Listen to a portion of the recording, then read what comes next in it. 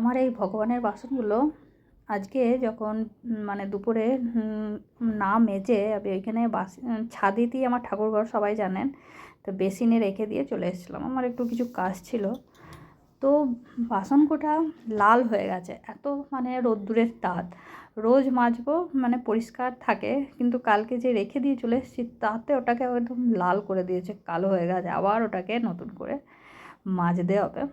এবার ওটাকে মাজলাম, তারপরে গাছে জল, এখন মানে রোদ্দুরটা এতই জোর হচ্ছে যে গাছে মানে বিকেলে আবার সকালে অল্প অল্প করে দুবারই জল দিতে হচ্ছে, মানে বেশি না, তাহলে অল্প করে দুবারই দিতে হচ্ছে। একবার দিলে পরের দিন সকালে একদম শুকিয়ে যাচ্ছে। সেই জন্য এগুলোতে এবার গরমের এগুলো রেগুলার কাজ, সকাল বিকেল দুবার করে ছাদে গিয়ে গাছে জল দাও। আর এমনিতেই আমার গাছ সব ছোট ছোট গাছ, অল্পতেই মানে তাড়াতাড়ি ইয়ে হয়ে যায়, আর ছোট ছোট টব মাটি খুব তাড়াতাড়ি শুকিয়ে যায়। তারপর গাছে জল দিলাম, সন্ধে টন্ধে দেখিয়ে তারপর নিচে এলাম। নিচে দেখছি উনি আজকে এরমভাবে শুয়ে শুয়ে টিভি দেখছে। যাই হোক, ওর আর কাজ কি, তাই একটু ছাদে বিকেলে একটুখানি এদিক ওদিক করবে, তারপরে এসে বসবে টিভি দেখতে, একটু বসবে না শুয়ে পড়বে, কী বলুন। তারপর ওকে এবার খেতে দেওয়ার ব্যাপার ছিল।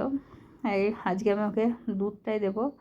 এই দুধটা হালকা একটু গরম করে নেবো, মানে ফ্রিজে ছিল, ওকে ফোটাবো না, শুধু গরম করে। আমি সামাইনকে এই প্যাকেজিং দুধ জাস্ট একটুখানি গরম করেই দিই, ফুটিয়ে দিই না। ফুটিয়ে দিলে নাকি বলে যে এর মানে গুণটা কমে যায়, সেই জন্যে ওকে গরম করেই দেওয়া হয়। তাই হালকা একটু কুসুম কুসুম গরম হয়েছে। আর একটুখানি আজকে হলুদ দিলাম। আমি হলুদ মাঝে মাঝেই ওকে দিই, হলুদ দেওয়া তো ভালো, হলুদের সাথে দুধ খেলে যেগুলো ব্যাকটেরিয়া বলুন ইয়ে বলুন সব কিছু সব ঠিক হয়ে যায়, তাই আমি মাঝে মাঝেই দিই হলুদ। এক একদিন এক এক রকম দেওয়া হয়, তাই দুধ আর বিস্কিট ওকে দিলাম। ও এবার খাক, দিয়ে খেয়ে টেয়ে একবার ওপর দিয়ে যাবে। এবার জানি না কী করবে, কিন্তু ও সেই যাই হোক ওপরে যাবে। তারপর আমার রান্নার ব্যাপার। আজকে রান্নার সমর বলেছিল আজকে ডিমের এরকম ভাত করতে, ডিমের রসা করতে, তাই ভাজা ডিমের রসা আমি ভেবেছিলাম যে এরকম করে করে নেবো, ভেজে নেবো, দিয়ে ভেজে নিয়ে মানে পেঁয়াজটাকে ভেজে বানাবো। কিন্তু সামাইনের পেঁয়াজ ভেজে আর কি ওর মজা লাগছে না, ওর আর কি চাই গ্রেভি। তো সেই জন্য এবার সেটাকে আমাকে আবার কাটা পেঁয়াজটাকে আবার মিক্সিতে, আমি দেখছি ছেলে যখন বললো ওরা এখন বাড়িতে আছে, ওরা এখন অনেক কিছুই খেতে মন হবে, আর এটা বায়না ওটা বায়না, সেই জন্য বললো যে আমাকে গ্রেভি করে দেবে। আমি বললাম ঠিক আছে চল, তোকে গ্রেভি করেই বানিয়ে দেবো। আবার পেঁয়াজটাকে ওটাকে মিক্সিতে পিষে নিলাম। ভেজে তো গ্রেভি ভালো হয় না, সেটা আলাদা রকম হয়, কিন্তু মিক্সিতে পিষে নিলে তো গ্রেভিটা বেশি হয়। তো সেই জন্য এটাকে মিক্সিতে পিষে ওটাকে আবার গ্রেভি বানাবো। ছেলে 3 জন আমাদের বাড়িতে মানে লোক আছে, মানে 3 জন, ছেলে বাবা আর আমি, ছেলের বাবা আর আমি 3 জনের মধ্যে আমারটা চলুন ছেড়ে দিলাম, আমারটা আর ছেলের আর বাবার, ওর একরকম মন হবে তো ওর আর একরকম মন হবে, তাই আমি আর কি মধ্যেখানে ফেঁসে যাই এক একদিন এক এক রকমভাবে যে কি করা যাবে। ছেলে বলবে এরকম করে খাবো, বলবে ওরকম করে খাবো, ভারী মুশকিল। তাই সেই জন্য এক একদিন আমি ওদের কথা ছেড়ে দিই, আমি নিজের যেটা ভালো লাগে আমি সেটা করি।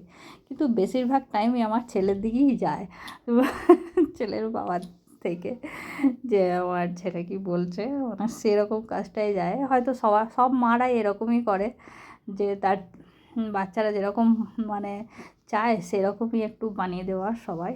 তা আমিও ঠিক সেরকমই, মানে ও বাবা যা বলেছে এটা ও তো এসে খেয়ে নেবে, ম্যানেজ করে নেবে যেমনই হোক, পরে নয় আরেকদিন ওর মতো বানিয়ে দেওয়া হবে। আজকে ও যখন বললো ওর মতনই বানিয়ে দিই, তাই সেই জন্য এটা গ্রেভি করেই বানানো হচ্ছে।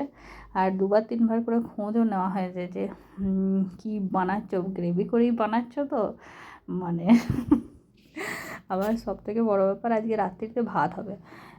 এত ভাতের দিকে নেশা রুটি তো খায় সবসময়, রুটি আমাদের চলে, সকালে খায় আবার রাত্রিতে। আমাদের রাত্রিতে রেগুলার রুটি হয়, ভাত হয় না কোনো দিনই। তাই মাঝে এবার আজকে ভাত হবে মানে ও প্রচুর খুশি। সেই জন্য আর কি ওরা আরও মানে জুটটা ভালো করে চায় ভাতের সাথে। আমাদের বাঙালি না ভাতের এত জন্ম হয়নি ঠিক আছে, ওখানে থাকে না ওয়েস্ট বেঙ্গলে, কোনো দিনই ওসবের কোনো ব্যাপার নাই, সবসময় রুটি সবজি খেয়েই ওর অভ্যস্ত। কিন্তু তবুও সে বাঙালি একটা বলে না, সেই হচ্ছে ব্যাপার। সেই জন্য ভাতের দিকে নেশাটা একটুখানি আছে, মানে ভাত পেলে অন্যদিকে আর যাবে না, সেই হচ্ছে। যাই হোক, এবার ওটা গ্রেভিটা সব দিয়ে তারপরে সব মশলাগুলো একসাথে ওটাকে দিয়ে দেবো, দিয়ে টিয়ে মানে রান্নাটা মানে ফটাফট তাহলে হয়ে যাবে, কষে নেবো। আর এরকম করে গ্রেভি করলে কিন্তু তাড়াতাড়ি মানে রান্নাটা হয়েও যায়। আর ভেজে করলে একটুখানি তো লেট হয়, মানে ওকে ভাজবো, ওটা নরম হবে, যাই হোক ওটা একটু টাইম লাগে। সেই জন্য এটাও একটু তাড়াতাড়ি হয়ে যাবে আমার রান্না। আর ওদিকে আমি ভাত বসিয়ে দিয়েছি, ব্যাস তাহলেই হয়। ভাত তো আমার ওই একই রুল, যে ভাত একটুখানি ফুটিয়ে দেবো, তারপর অফ করে দেবো।